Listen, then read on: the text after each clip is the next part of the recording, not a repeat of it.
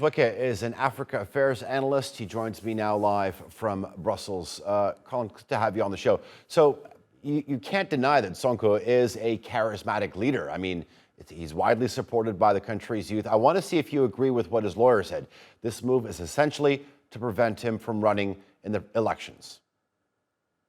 Thank you, Alekan, for having me. Essentially, I can't fault the statement of his lawyers. There are strong indications that these are trumped-up charges, but they remain charges essentially. And what you do with charges is investigate them and have the court rule on them.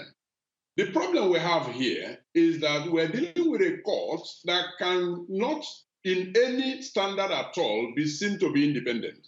Now, the court appears to be an extension of the government, particularly serving the interests of Mr. President.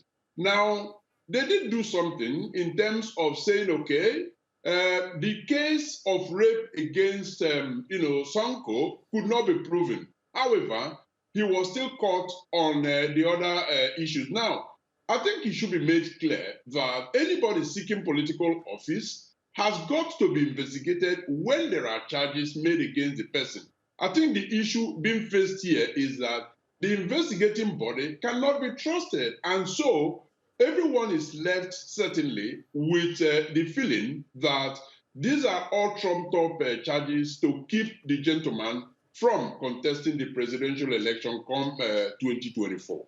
Collins, you mentioned words like trumped-up charges, a lack of trust, a lack of legitimacy. I mean, when you look at the country, Senegal, it is one of those countries that stands out in the region. I mean, it's long been considered a relative bastion of democracy in the region, a regional leader in democracy.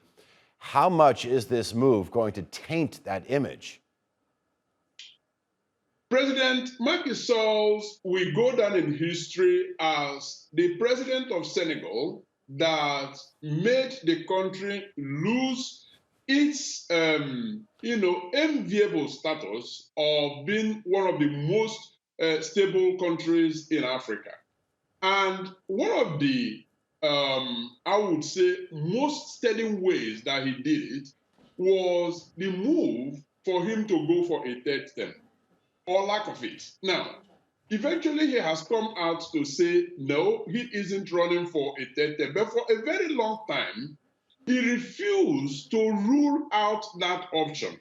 And so that actually threw the country, into the chaos that, we see today and continue to play out, even after he has ruled out the option of his running. So he left it running for a very long time. He left the doubt to actually, hold sway, and now trying to, do all he can to silence his fiercest critic is something that has indeed made Senegal to be, no longer the bastion of stability, but one drifting increasingly into chaos.